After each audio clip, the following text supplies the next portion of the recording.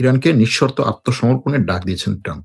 Trump বলছেন ইরানকে অবশ্যই অতি দ্রুত নিঃশর্ত আত্মসমর্পণ করতে হবে। কিন্তু এই নিঃশর্ত আত্মসমর্পণ না করলে কি হবে? তার কথা হচ্ছে যদি এই নিঃশর্ত আত্মসমর্পণ ইরান না করে তাহলে ইরানকে শেষ করে দেওয়া হবে। মনে হচ্ছে যেন ইরানকে শেষ করে দেওয়ার জন্য ট্রাম্প তার সবকিছু নিয়ে গত কয়েকদিন ধরে ঝাঁপিয়ে পড়ে নাই। কেন ইরানকে এই নিঃশর্ত আত্মসমর্পণের ডাক দিলেন ট্রাম্প? এটা তো নতুন না, কিন্তু কেন এটাকে এত হাইলাইট করছেন বর্তমানে? ইসরায়েল নতুন করে ফলস ফ্ল্যাগ অপারেশনের মাধ্যমে কিছু দেশকে যে এই যুদ্ধে টানতে চাইছে তার মধ্যে ইসরায়েলের মিত্র দেশগুলো আছে। যেমন ধরুন আজারবাইজানে একটা ফলস ফ্ল্যাগ অপারেশনের চেষ্টা চালানো হচ্ছে, এরকম কিছু খবর আছে। এই ফলস ফ্ল্যাগ অপারেশন আসলে কে চালাচ্ছে? যেমন আজারবাইজানের প্রতিরক্ষা মন্ত্রণালয়ের পক্ষ থেকে বলা হয়েছে আজারবাইজানের গুরুত্বপূর্ণ সব স্থাপনায় আজকে বড় ধরনের নাশকতার পরিকল্পনা করা হয়েছিল। সেই নাশকতার পরিকল্পনাকারীদেরকে আজারবাইজানের প্রতিরক্ষা মন্ত্রণালয় গ্রেফতার করেছে। তারা কি কি করতে চেয়েছিল? তারা আজারবাইজানে ইসরায়েলের দূতাবাসে আক্রমণ, আজারবাইজানের ইহুদিদের উপাসনালয় সিনাগগে আক্রমণ এবং আজারবাইজান থেকে তুর্কিতে আসা যে পাইপলাইন যার মাধ্যমে আজারবাইজান থেকে তুর্কি হয়ে তারপরে সেই তেল বিভিন্ন দেশে যায়, সেই পাইপলাইনে আক্রমণের পরিকল্পনা করেছিল। এখন এই আক্রমণ কারা করেছে, কারা পরিকল্পনা করেছে, কেন করেছে? কিছু কিছু তথ্যে কিছু কিছু গণমাধ্যম বলছে যে এই আক্রমণ ইরানের বিপ্লবী গার্ড আইআরজিসির পক্ষ থেকে করা হয়েছে, কিন্তু নিরপেক্ষ কিছু বিশ্লেষক বলছেন যে এই আক্রমণ খুব সম্ভবত আমেরিকা এবং ইসরায়েল আজারবাইজানকে এই যুদ্ধে টানার জন্য একটা ফলস ফ্ল্যাগ অপারেশন হিসেবে পরিচালনা করতে পারে। কারণ এই ধরনের আক্রমণে আসলে ইরানের কোনো লাভ নাই, কিন্তু এই ধরনের একটা আক্রমণ হলে অবশ্যই আমেরিকা আর ইসরায়েলের বড় ধরনের লাভ আছে। কেন লাভ আছে? কারণ হচ্ছে আমেরিকা এখন পুরোপুরি মনস্থির করেছে যে ইরানে সে স্থল হামলা চালাবে। এটার জন্য আমেরিকার পেন্টাগনে ইদানিং ঘোরাঘুরি করতে দেখা গেছে আমেরিকার সাবেক পররাষ্ট্রমন্ত্রী কন্ডোলিজা রাইসকে। কন্ডোলিজা রাইসের নাম শুনলে আপনাদের সামনে কোন জিনিসটা ভেসে আসবে? বুশের সময়, প্রেসিডেন্ট জর্জ ডব্লিউ বুশের সময় এই মহিলা, এই নারী মধ্যপ্রাচ্যে কয়েকটা দেশকে শেষ করে দেওয়ার জন্য সবচাইতে বড় পরিকল্পনাকারী নারী হিসেবে পরিচিত। সেই দেশগুলোর মধ্যে ইরাক এবং আফগানিস্তান, পরবর্তীতে লিবিয়াও ছিল। সুতরাং এবং ওই যে 5 বছরের 7টা দেশে গৃহযুদ্ধ লাগানো বা 5 বছরের 7টা দেশকে ধ্বংস করার যে ব্যাপক আমেরিকা পরিচালিত একটা থিওরি আছে, সেটারও কিন্তু মধ্যে তিনি ছিলেন। এখন এরকম হতে পারে যে আমেরিকা তার কাছ থেকে সেই সময়ে এই যে স্থল অভিযান পরিচালনা করার ইরাকে এবং আফগানিস্তানে, সেই স্থল অভিযান পরিচালনা করার পরামর্শ এবং স্থল অভিযান পরিচালনা করার ক্ষেত্রে তার সহযোগিতা চাইতে পারে। ওদিকে ইরাকি কুর্দিস্তান বা ইরাকের কুর্দি অঞ্চলের যে কতগুলো রাজনৈতিক দল আছে, কুর্দি রাজনৈতিক এবং সশস্ত্র গোষ্ঠী, তাদের মধ্য থেকে democratic party of Iranian Kurdistan, PDKI, এই পিডিকেআই হচ্ছে যে 2টা বা 3টা সংগঠন ইরানের মধ্যে ঢুকে আমেরিকা ইসরায়েলের জন্য যুদ্ধ করবে বলে ঘোষণা দিয়েছিল, সেগুলোর মধ্যে একটা। এই সংগঠনের একজন সিনিয়র শীর্ষ কর্মকর্তা, তার নাম হচ্ছে মোহাম্মদ সালেহ কাদেরি। এই মোহাম্মদ সালেহ কাদেরি আজকে বলেছেন যে বিশাল একটা কুর্দি সশস্ত্র গোষ্ঠী, তারা ইতিমধ্যে ইরানের ভূখণ্ডে ঢুকে পড়েছে এবং ইরানের বিরুদ্ধে আমেরিকা ইসরায়েলের স্থল হামলা খুব দ্রুত শুরু হবে। ইরানের বিরুদ্ধে আমেরিকা ইসরায়েলের স্থল হামলা কে বলছে?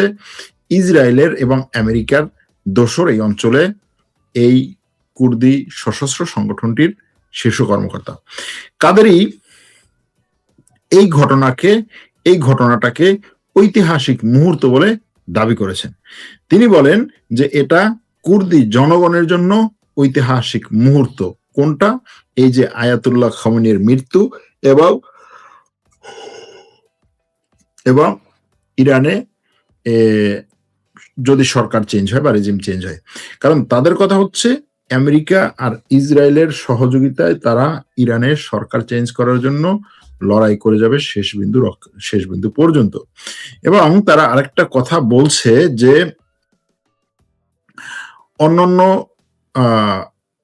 সংখ্যালঘু সম্প্রদায় ইরাক এবং ইরান থেকে আরো কিছু সংখ্যালঘু সম্প্রদায় তাদের এই যুদ্ধে বা তাদের এই লড়াইয়ে, ইরানের সরকারের বিরুদ্ধে তাদের এই লড়াইয়ে যোগ দিবে এবং তারা এইভাবে ইরানের সরকারকে ক্ষমতাচ্যুত করবে বা ইরানের রেজিমের ধ্বংস নামিয়ে নিয়ে আসবে। এটা হচ্ছে তার দাবি।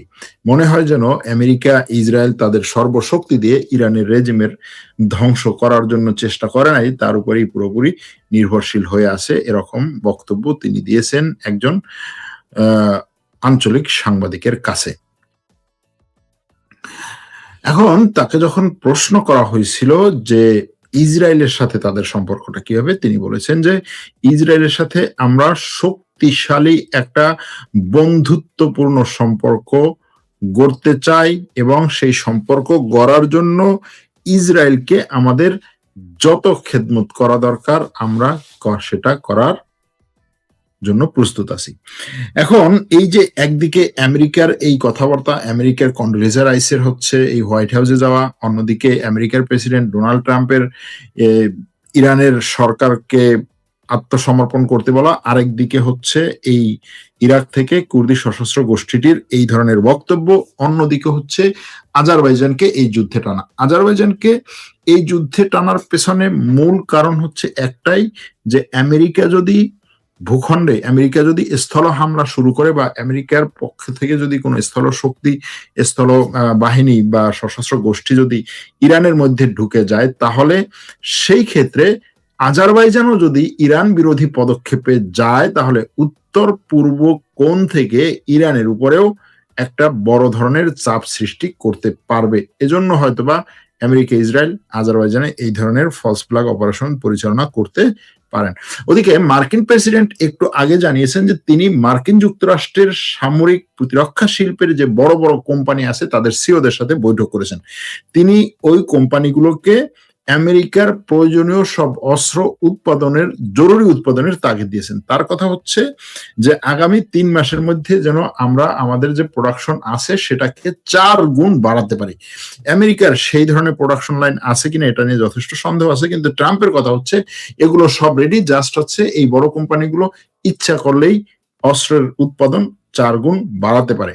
তো এই পরিস্থিতিতে কেন আমেরিকার প্রেসিডেন্ট অস্ত্রের উৎপাদন 4 গুণ বাড়ানোর পরিকল্পনা করছেন? কারণ হচ্ছে তার এই যে দীর্ঘমেয়াদে ইরানের সাথে একটা যুদ্ধ, সেটা যে অস্ত্র দরকার, সেই অস্ত্রের ঢাল টানা পড়তে পারে, এটা অলরেডি বলে দিয়েছে আমেরিকার বিভিন্ন সংস্থা। সংক্ষেপে ছোট ছোট করে হচ্ছে কতগুলো আপনাদের বিশ্ব সংবাদ শোনাবে এই ইসরায়েল যুদ্ধ নিয়ে। যুদ্ধ শুরুর পর থেকে এখনো পর্যন্ত ইসরায়েলি বিমান বাহিনী 6,500টির বেশি বোমা ফেলেছে। এই হামলায় মোট 2,500টি বিমান উড্ডয়ন মিশন পরিচালনা করেছে এবং 150টি আলাদা ধাপে আক্রমণ চালিয়েছে ইসরায়েল। এই কথা ইসরায়েলি গণমাধ্যম বলছে। ওদিকে সকালবেলা আমরা একটা খবর শেয়ার করেছিলাম রয়টার্সের থেকে। রয়টার্স বলেছিল যে তুরস্কের গোয়েন্দা সংস্থা সিরিয়ার প্রেসিডেন্টের সুরক্ষায় ব্রিটেনের গোয়েন্দা সংস্থাকে বড় ধরনের ভূমিকা নেয়ার জন্য অনুরোধ করেছিল, কিন্তু তুরস্কের সরকারের পক্ষ থেকে আনুষ্ঠানিকভাবে বলা হয় যে এ ধরনের কোনো ঘটনা ঘটে নাই। এই খবর পুরোপুরি মিথ্যা এবং বানোয়াট খবর। উত্তর ইরাকের এরবিল শহরে আরজান বাই রতানা হোটেলে কামিকাজে ড্রোনের আক্রমণ হয়েছে। সেই আক্রমণের দৃশ্য আমরা আমাদের টেলিগ্রাম চ্যানেলে শেয়ার করেছি। যারা টেলিগ্রাম চ্যানেলটি দেখেননি, এখনো সাবস্ক্রাইব করেননি, তারা করে নিতে পারেন। বলছে যে আজ রাতে তারা আক্রমণ করে বাহরাইনের শেখ ইসার সামরিক ঘাঁটি, কুয়েতের আলী আল সালেম সামরিক ঘাঁটি, জর্ডানের জাফির এবং জর্ডানের আল আজরাক সামরিক ঘাঁটিগুলোতে তারা আক্রমণ করেছে, টার্গেট করে না। একটা হচ্ছে টার্গেট করা, আর একটা হচ্ছে আক্রমণ করা। অনেক সময় ইরানের পক্ষ থেকে এই ধরনের বক্তব্য দেওয়া যে আমি অমুক জায়গায় টার্গেট করেছি, মানে ওই টার্গেটে নিশানা করে আমি হচ্ছে মিসাইল ছুড়েছি, কিন্তু মিসাইল আক্রমণ করেছি কিনা সেটা সে বলে না। তবে আজকের এই বক্তব্যে সে বলেছে যে এই 3টা দেশের 4টা সামরিক ঘাঁটিতে আক্রমণ করেছে।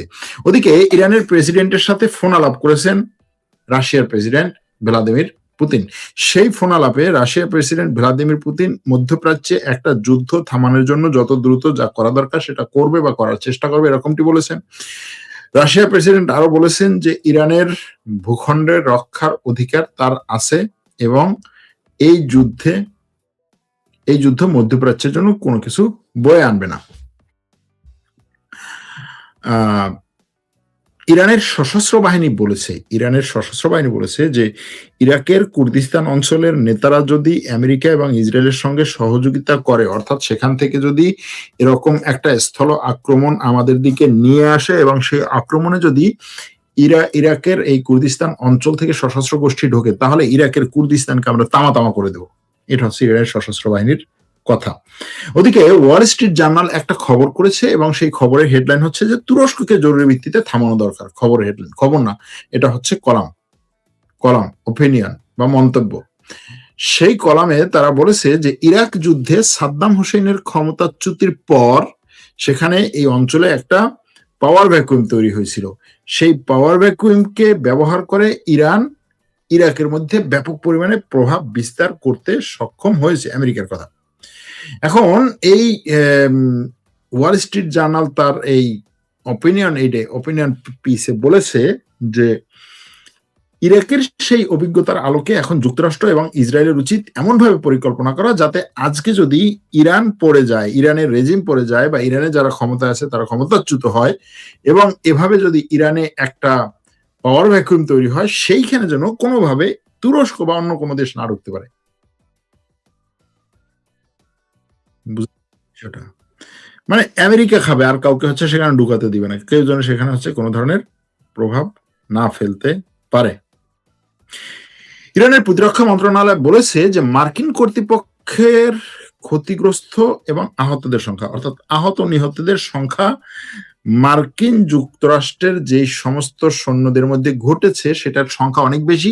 মার্কিন যুক্তরাষ্ট্র সাংবাদিকদেরকে সেই তথ্য দিচ্ছে না, যে কারণে সাংবাদিকরা সেই সংখ্যাগুলো সঠিকভাবে দিতে পারছে না। ইরান বলছে যে আমরা যদি আমাদের সিভিল ক্যাজুয়ালিটি, অর্থাৎ বেসামরিক মানুষ যারা আহত নিহত হয়েছে তাদের সংখ্যাটা যদি বাদ দিই, শুধুমাত্র যদি সামরিকটার দিকে তাকাই, তাহলে আমরা বলতে পারি যে আমাদের সামরিক ক্ষয়ক্ষতির পরিমাণ আমেরিকা এবং ইসরায়েলের চেয়ে কম। এটা হচ্ছে ইরানের প্রতিরক্ষা মন্ত্রণালয় বলছে। তারা দাবি করেছে যে ইরান জুড়ে নিহত এবং তারা দাবি করেছে যে ভবিষ্যতে আমরা আরো উন্নত অস্ত্র ব্যবহার করব এবং এমন আঘাত করব এই দুই দেশের উপরে যাতে আমাদের জনগণ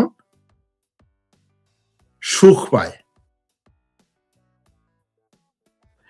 এদিকে আজকে রাতে নতুন করে আক্রমণ করেছে ইরান। সেই আক্রমণের টার্গেট ছিল ইরাকি কুর্দিস্তান এবং উপসাগরীয় অঞ্চল আর হচ্ছে ইসরায়েল। তবে ইসরায়েলকে লক্ষ্য করে যে কয়েকটা মিসাইল আজকে রাত্রে ভোর রাতে মারা হয়েছে, সেগুলোর একটাও ইসরায়েল আঘাত হানেনি, সবগুলোই ইসরায়েল কয়েক সেকেন্ডের মধ্যে নিষ্ক্রিয় করেছে। এবং এইবার এই যুদ্ধের পর, এই যুদ্ধ শুরুর পর এবার এই যে কিছুক্ষণ আগে যে মিসাইল নিক্ষেপ হলো, সেই মিসাইল সবচেয়ে কম সময়ে ভূপাতিত করেছে ইসরায়েল।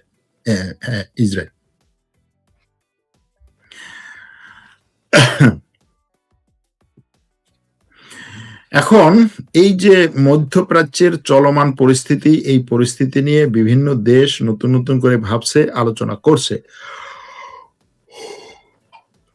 সংযুক্ত আরব আমিরাতে ইসরায়েলি কূটনীতিকদের লক্ষ্য করে ইরানের 2টি হত্যা চেষ্টাকে নস্যাৎ করেছে ইসরায়েলি কর্মকর্তারা। অর্থাৎ তার মানে হচ্ছে সংযুক্ত আরব আমিরাতের মধ্যেও পুরো পর্যন্ত ইরানের চররা কাজ করে। তাদের মতে ইসরায়েলি কূটনৈতিক কর্মীদের খুঁজে বের করার জন্য পরিকল্পিতভাবে একটা শিকার অভিযান পরিচালনা করা হচ্ছিল। পরিস্থিতি ঝুঁকিপূর্ণ হয়ে উঠলে নিরাপত্তা সংস্থাগুলো দ্রুত ব্যবস্থা নেয়। এরপরে ইসরায়েলি মিশন থেকে অপ্রয়োজনীয় কর্মীদের সরিয়ে ফেলা হয়।